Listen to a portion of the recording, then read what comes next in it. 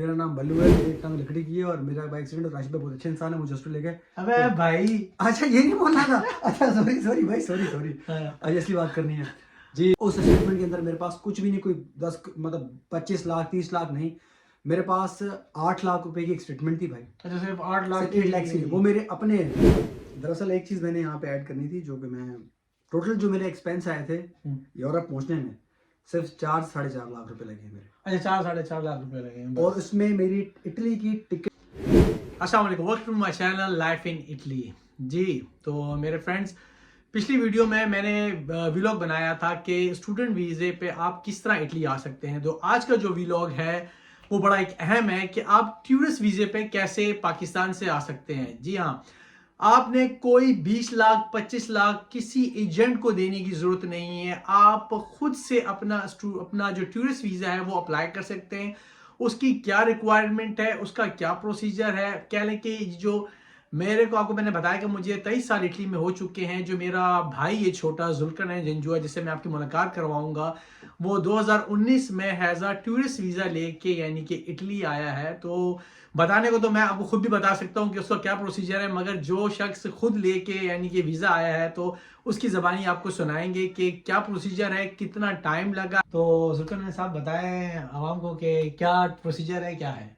जी मेरा नाम बल्लू है, मेरी टांग लकड़ी की है और मेरा बाइक एक्सीडेंट और राशिद भाई बहुत अच्छे इंसान है, मुझे हॉस्पिटल ले गए। अबे तो भाई अच्छा ये नहीं बोलना था। अच्छा सॉरी सॉरी भाई, सॉरी सॉरी। आज असली बात करनी है जी। जो अस्सलाम वालेकुम, मेरा नाम जुल्करनैन जंजुआ है, राशिद भाई मेरे बड़े भाई हैं और मेरा ताल्लुक पाकिस्तान कराची से है।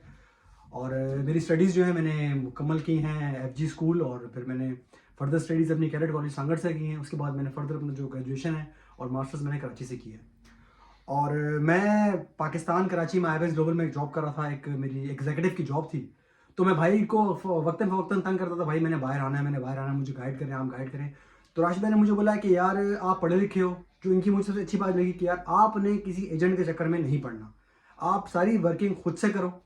और मैंने वर्किंग की है, तो अल्लाह का शुक्र है मैं पहुंच गया हूँ। तो आप बताएं कि क्या मतलब जो बोलते हैं कि फ्रेश पासपोर्ट पे वीज़ा लग जाता है शेंजन, तो उस फ्रेश पासपोर्ट के लिए क्या किया, ज़रा बताएं। ये आपका बहुत ही $1 मिलियन का सवाल है राशिद भाई, कि ये बात हकीकत है कि फ्रेश पासपोर्ट पे नहीं लगता वीज़ा। मेरी शेंजन यूरोप में पहुंचने की पूरी एक जर्नी है, और वो जर्नी इस तरह की है कि मैंने पहले पूरा गूगल को सर्च आउट किया कि मैं किस तरीके से आ सकता हूं। तो मैंने ये सोचा कि मैं पहले एशिया को विज़िट करूं।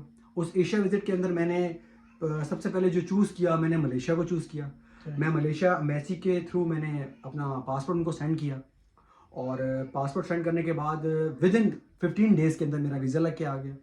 उसके बाद मैंने उसी पासपोर्ट को इस्तेमाल किया, अल्लाह भला करे, थाईलैंड के लिए। मैंने थाईलैंड एम्बेसी में खुद गया। तो ये आपने, सॉरी ये बात इंटरप्ट कर रहा हूँ मैं, तो ये पूरा आपने एक पैकेज जो बनता है पैकेज करवाया था या अलग अलग वीज़े लिए थे, क्या किया था ये जरा मैंने दरअसल में कोई पैकेज नहीं लिया, मैंने सारी इन्फॉर्मेशन गूगल से निकाली है कि कितनी फ़ीस है। 9,000 रुपये 2019 में फ़ीस थी, सिर्फ और सिर्फ मलेशिया टूरिस्ट वीज़े की। अच्छा ये बताएं कि ये मतलब कहाँ कहाँ गए, किस किस ममालिक में गए? सर मैं गया हूँ Malaysia, Thailand, Dubai in one go. ये मैंने अपना पूरा एक टूर प्लान किया था 12 डेज का।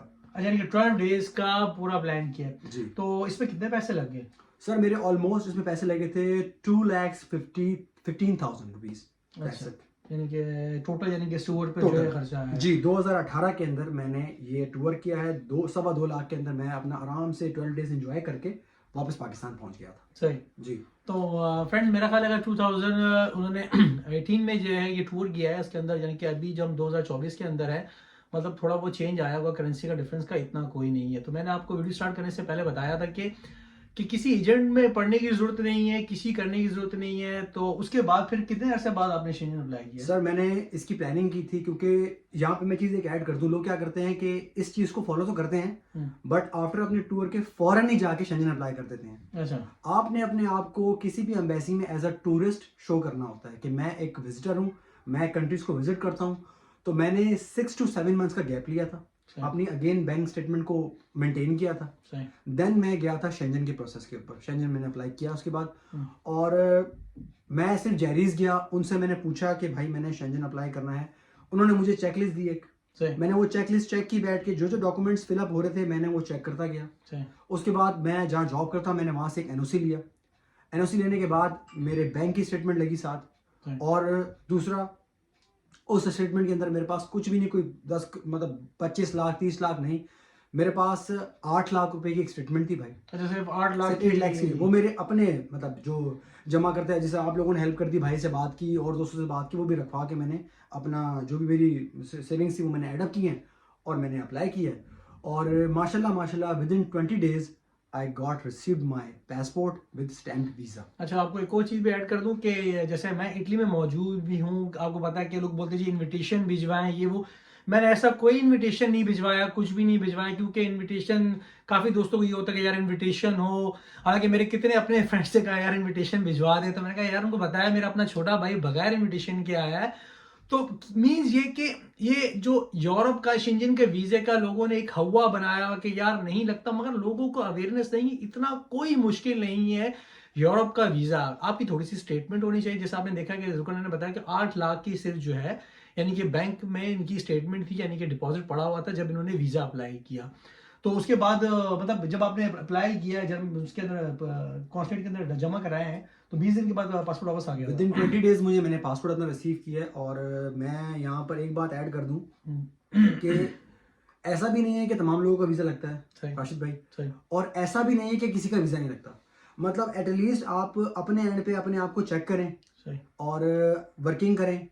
बस ये है कि तैयारी के साथ अप्लाई करें। मैंने ट्रैवल प्लान बना के लगाया था, मैंने गूगल पे सर्च किया था कि भाई क्या क्या रिक्वायरमेंट्स होती हैं, तो मेरे डॉक्यूमेंट्स के साथ साथ मैंने एक ट्रैवल प्लान बनाया था कि मैं इटली में उतरने के बाद किन किन प्लेसेस पे जाऊंगा। मैंने वो चीज़ें मेंशन करके बाकायदगी से एडअप की हुई थी कि ये मेरा प्लान है। होटल बुकिंग्स वगैरह तमाम, बस चीज़ें आपके पास जेन्युइन हो। ठीक, ये एक चीज़ है कि तो टिकट आपने जब वीज़ा अप्लाई किया टिकट करवाई हुई थी पहले? नहीं मैंने जी डमी लोग टिकट करवा, जो डमी टिकट है पीपल नो वेरी वेल कि एक डमी टिकट और होटल बुकिंग आप रखते हैं जो आपने शो करानी होती है।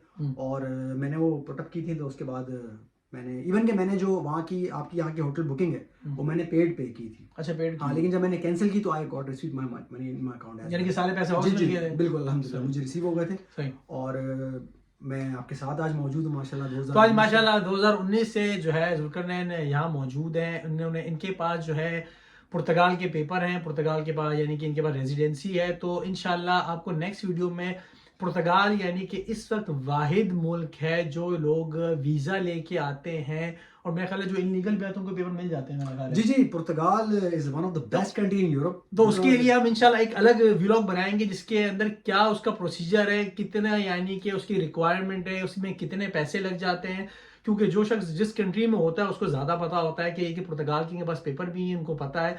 तो इंशाल्लाह नेक्स्ट व्लॉग में आपको बताएंगे कि पुर्तगाल की क्या क्योंकि रिक्वायरमेंट है, क्योंकि आजकल पुर्तगाल ये हर जगह हुआ है मेरा ख्याल है। वो दरअसल एक चीज़ मैंने यहाँ पे ऐड करनी थी, जो कि मैं टोटल जो मेरे एक्सपेंस आए थे यूरोप पहुँचने में सिर्फ 4-4.5 लाख रुपए लगे मेरे। अच्छा, 4-4.5 लाख रुपए लगे, और उसमें मेरी इटली की टिकट इन्वॉल्व है आने जाने। चलें तो देख लें, मेरा ख्याल है कोई ऐसा कुछ नहीं है कि बंदा बोले कोई लाखों, क्योंकि मैं जानता हूँ, मुझे पता है दोस्त मेरे यार हैं जो मतलब खासकर जो हमारे पंजाब की साइड के लड़के हैं जिनसे सुन कोई 20 लाख दे रहा है, कोई 25 लाख दे रहा है। तो मेरा ख्याल जो लड़के थोड़े से पढ़े लिखे हैं, भले वो पंजाब हो, भले सिंध हो, भले कहीं के भी हो, थोड़ी सी एफर्ट्स करें, थोड़ी सी स्टडी करें, उसके बाद इतना कोई मुश्किल नहीं है कि आपका वीज़ा लग जाए। जो स्टूडेंट वीज़ा के सारा प्रोसीजर मैंने आपको बता दिया है, टूरिस्ट वीज़ा का भी मैंने आपको बता दिया है। तो ये कि अगर आपको कोई भी इन्फॉर्मेशन चाहिए हो कुछ भी यानी कि इस स्टूडेंट वीज़ा के लेके, तो मैंने आपको बता दिया है। अगर टूरिस्ट वीज़ा को लेके आपकी कोई भी इंक्वायरी हो, आपने कुछ पूछना हो, तो मेरे कमेंट बॉक्स पे आप कर सकते हैं। तो हम इटली में इंशाल्लाह बैठे हुए, जो हमारे जितने पाकिस्तानी हैं जो भले पंजाब में है, कराची में, सिंध में, कहीं भी है, तो हमसे जो हो सकती है हेल्प इंशाल्लाह हम करेंगे। क्योंकि बात वही कि इंसान प्रदेश छोड़ के जब प्रदेश में जब आता है अपने घर बार छोड़ के, तो किसी मतलब अपने आप को स्टेबल करने के लिए आता है। तो मुझे उम्मीद है कि आपको मेरी वीडियो पसंद आई होगी। तो अगर वीडियो पसंद आई है उससे लाइक करें, शेयर करें और सब्सक्राइब का बटन दबाएं, ताकि हम नई से नई वीडियो आपको जो है आपके लिए एक नई अपडेट जो भी इटली के अंदर एमिग्रेशन को लेके किसी किस्म की भी यानी कि जो अगर अपडेट होती है हम आपको बता सकें। तो इंशाल्लाह इजाज़त दें, अल्लाह हाफिज़। जी, राशिद भाई के चैनल को लाइक करें, सब्सक्राइब करें और ज़्यादा शेयर करें, ताकि आज उन्होंने मुझे मोटिवेट किया है, ऐसे भी आप भाई लोग मोटिवेट हों और अप्लाई करें। इंशाल्लाह you will got your visa इंशाल्लाह। ओके, अल्लाह हाफिज़।